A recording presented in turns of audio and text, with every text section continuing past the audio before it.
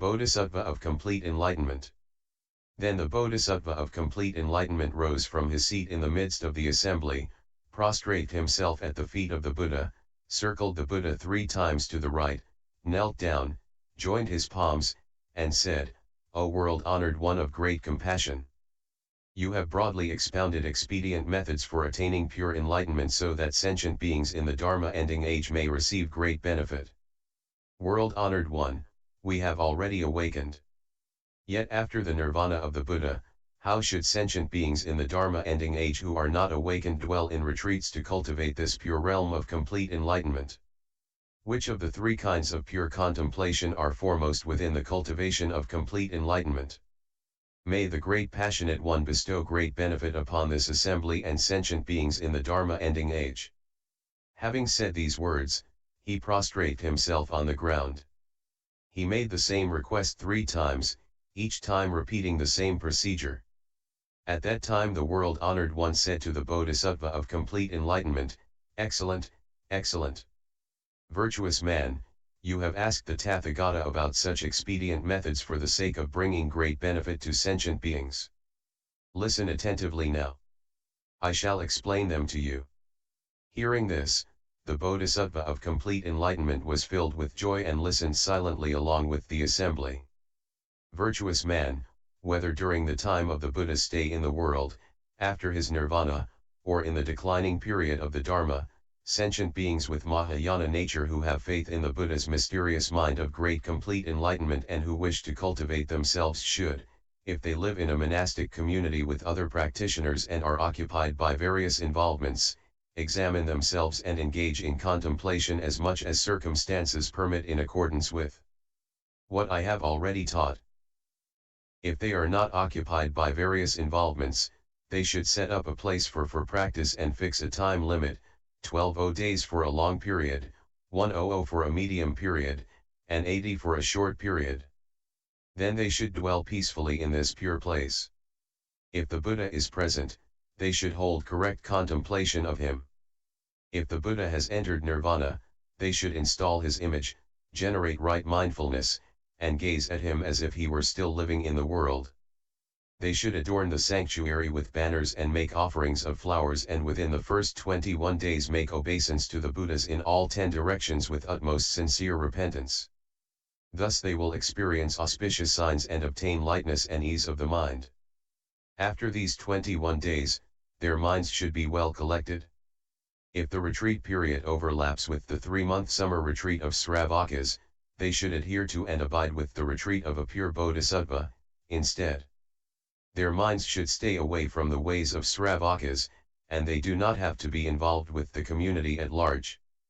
On the first day of the retreat, they should say this in front of the Buddha: "I, Bhikshu or Bhikshuni, Upasaka or Upasika so and so, in the bodhisattva vehicle, will cultivate the practice of quiescent extinction and together enter with other bodhisattvas into the pure abode of absolute reality. I will take the great complete enlightenment as my monadry. My body and mind will peacefully abide in the wisdom of equality." 53 The intrinsic nature of nirvana is without bondage. Without depending on the Sravakas, I now respectfully pray that I can abide for 3 months with the Tathagatas and great bodhisattvas in all 10 directions. For the great cause of cultivating the unsurpassed wondrous enlightenment of a bodhisattva, I will not be with the community at large. Virtuous man, this is called the retreat manifested by the bodhisattva. At the end of the 3 kinds of periods of retreat 54 he is free to go unhindered. Virtuous man, if practitioners in the Dharma-ending age go into retreats on the bodhisattva path, they should not accept as authentic any experience which they have not heard from the Tathagata. Virtuous man, if sentient beings practice samatha, they should first engage in perfect stillness by not giving rise to conceptualization. Having reached the extreme of stillness, enlightenment will come about. Such stillness acquired in the beginning of practice pervades a universe from one's body, as does enlightenment. Virtuous man, when enlightenment pervades a universe, a single thought produced by any living being in this universe can be perceived by these practitioners.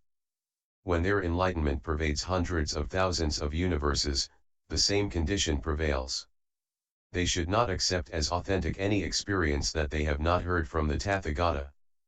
Virtuous man, if sentient beings practice samapatti, they should first be mindful of the Tathagatas in all 10 directions and the Bodhisattvas in all worlds.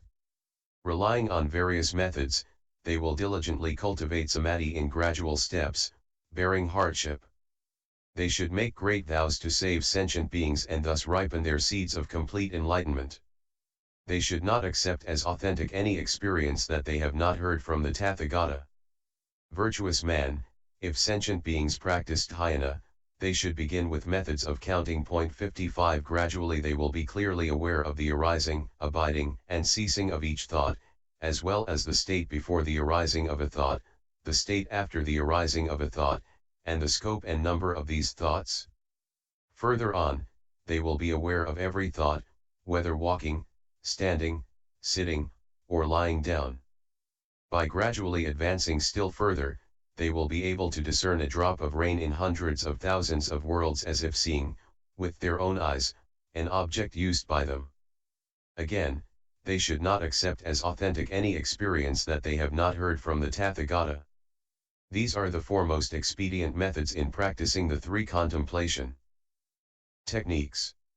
If sentient beings thoroughly practice and master all 3 of them with diligence and perseverance, it will be called Tathagata appearing in the world. In the future Dharma ending age, if sentient beings with dull capacities who wish to cultivate the path are unable to gain accomplishment due to their karmic obstructions, they should zealously repent and always remain hopeful.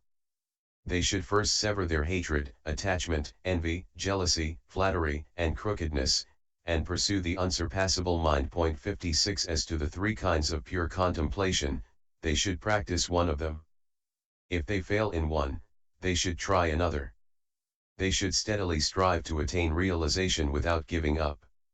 At that time, the world-honored one, wishing to clarify his meaning, proclaimed these gathas. Complete enlightenment, you should know that all sentient beings, seeking to tread on the unsurpassed path, should first enter a retreat. They should repent their beginningless karmic obstructions for 21 days. And then engage in right contemplation. Experiences that they have not heard from the Tathagata should not be accepted as authentic. In Samatha one practices perfect stillness. In Samapatti one upholds right mindfulness. In Dhyana one begins with clear counting. These are the 3 pure contemplations. Those who practice them with diligence are called Buddhas appearing in the world. Those with dull capacities who are not accomplished should repent zealously of all the misdeeds they have created since beginningless time. When all obstructions are extinguished, the realm of Buddhahood appears. Bodhisattva foremost in virtue and goodness. Then the Bodhisattva foremost in virtue and goodness rose from his seat in the midst